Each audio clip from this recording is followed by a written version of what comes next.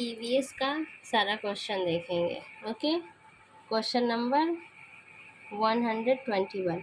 कौन सा शब्द खाद्य पदार्थ के में प्रसंस्करण से पहले, उसके दौरान या बाद में भौतिक, रासायनिक या सूक्ष्म जैविक कारक के प्रवेश पर उपस्थिति का वर्णन करता है, जिससे यह सेवन के लिए असुरक्षित एवं अनुपयुक्त हो जाता है?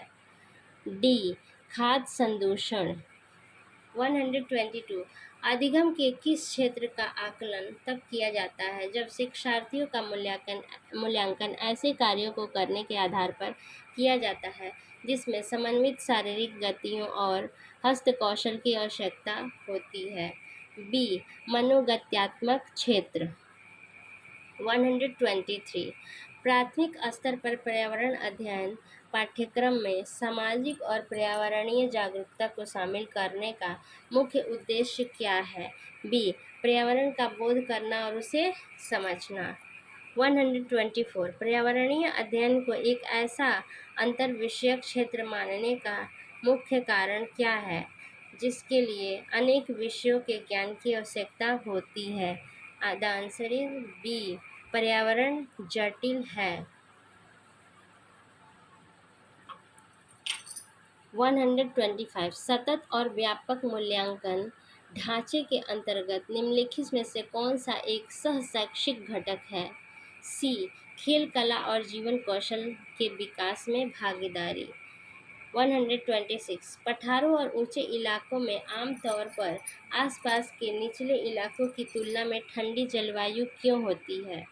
सी, अधिक तुंगता ऊंचाई के कारण। 127। डैश एक शैक्षिक दृष्टिकोण है जो विद्यार्थियों को वास्तविक जीवन की स्थितियों के साथ सीधे सक्रिय जुड़ाव के माध्यम से ज्ञान और कौशल प्राप्त करने में सक्षम बनाता है। बी, अनुभवात्मक अधिगम। 128।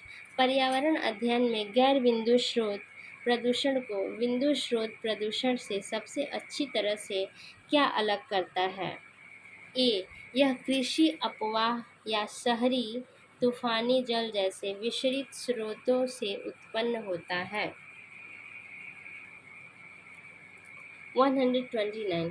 भारत के संविधान के अनुच्छेद 19 के अंतर्गत 44वें संविधान संशोधन अधिनियम 1978 द्वारा यह संशोधित नागरिकों को वर्तमान में कितनी मौलिक स्वतंत्रताएं प्रत्याभूत हैं? बी, 6। 130। शरीर का कौन सा तंत्र जिसमें हृदय और रक्त वाहिकाएं शामिल हैं, लंबे समय तक अपनी कार्य क्षमता बनाए रखने के लिए नियमित वायवीय प्रशिक्षण जैसे दौड़ना से सबसे अधिक लाभान्वित होता है? सी, हृदय वाहिका तंत्र। जीवों का कौन सा समूह मृत कार्बनिक पदार्थों में मौजूद जटिल कार्बनिक यौगिकों को सरल अकार्बनिक पदार्थों में खंडित करने के लिए उत्तरदायी है? ए, अपघटक। 132। किस प्रकार के वन में ऐसे वृक्ष पाए जाते हैं जो शुष्क मौसम में जल संरक्षण के लिए अपने पत्ते गिरा देते हैं? ए, उष्णकटिबंधीय पर्णपाती वन। 133। पर्यावरण के अध्ययन में भूगोल को एक अद्वितीय विषय क्यों माना जाता है? डी, यह पृथ्वी और मनुष्यों का एक साथ समग्र रूप से अध्ययन करता है। Question number 134। किस प्रकार के घर को पारंपरिक रूप से जल आधारित जीवन शैली के प्रति अपने अद्वितीय अनुकूलन के लिए पहचाना जाता है? बी, हाउस बोट, नाव घर। 135। एक विद्यालय नियमित रूप से टीम खेलों का आयोजन करता है तथा विद्यार्थियों को नियमों का पालन करना होता है, दूसरों के साथ सहयोग करना होता है और सफलता या असफलता दोनों को संभालना सीखना होता है। इससे कौन सा परिणाम सबसे अच्छी तरह से यह बताता है कि यह चरित्र निर्माण में किस प्रकार योगदान देता है? ए, अनुशासन और टीम भावना का विकास।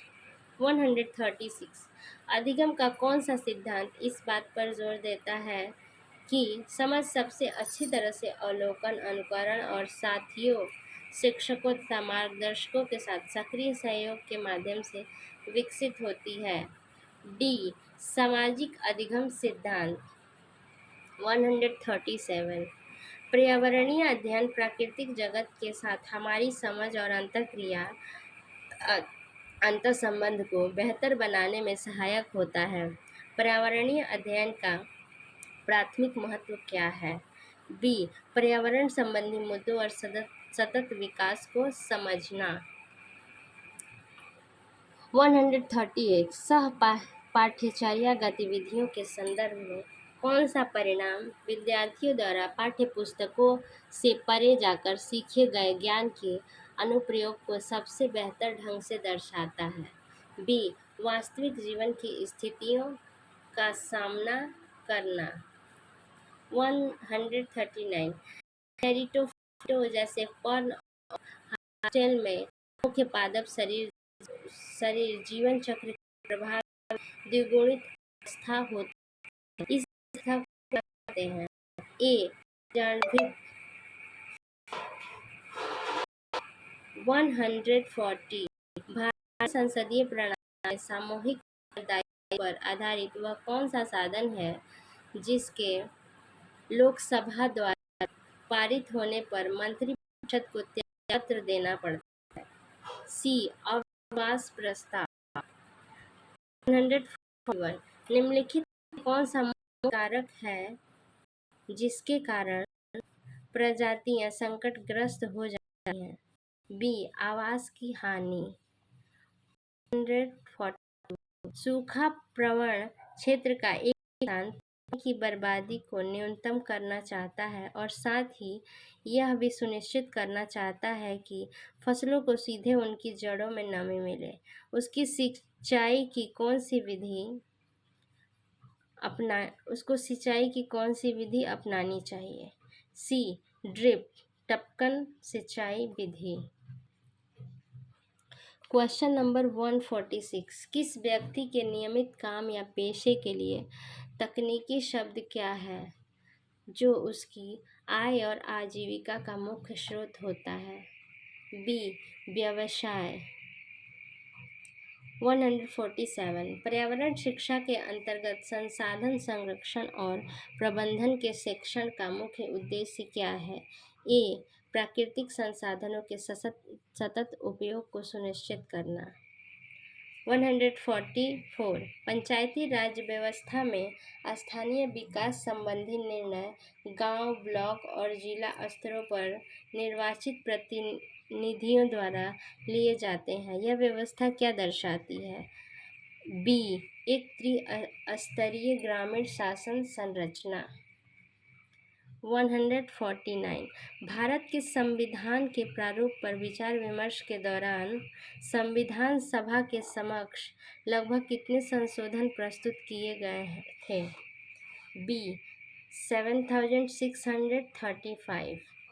150 क्वेश्चन नंबर 150 सतत एवं व्यापक मूल्यांकन सीसीई के संदर्भ में मूल्यांकन उपकरणों की किस श्रेणी को वस्तुनिष्ठता, विश्वसनीयता और वैधता के अंतर्निहित गुणों द्वारा विशेषीकृत किया जाता है? ए, मानकीकृत। क्वेश्चन नंबर 143, 144 और 145 ये छूट गया था इसलिए मैं इसको भी करवा देती हूँ। 143 निम्नलिखित में से कौन सा खाद्य श्रृंखला का सही वर्णन करता है? डी, एक क्रम जो यह दर्शाता है कि भोजन के माध्यम से ऊर्जा एक जीव से दूसरे जीव तक कैसे पहुंचती है। क्वेश्चन नंबर 144 भारतीय चुनाव प्रणाली में इलेक्ट्रॉनिक वोटिंग मतदान मशीन पर उपरोक्त में से कोई नहीं नोटा विकल्प की कानूनी स्थिति और कार्य को निम्नलिखित में से कौन सा सही ढंग से परिभाषित करता है? ए, मतपत्र की गोपनीयता बनाए रखते हुए सभी उम्मीदवारों को अस्वीकार करने का अधिकार। क्वेश्चन नंबर 145, भारत में राष्ट्रीय राजमार्गों का प्राथमिक रणनीतिक कार्य अंतर्राज्यीय व्यावसायिक परिवहन को सुविधाजनक बनाने के अलावा क्या है? सी, रणनीतिक क्षेत्रों में रक्षा कर्मियों और सामग्रियों की आवाजाही सुनिश्चित करना। ओके, ये आपके ईवीएस के सारे क्वेश्चंस कंप्लीट हो गए।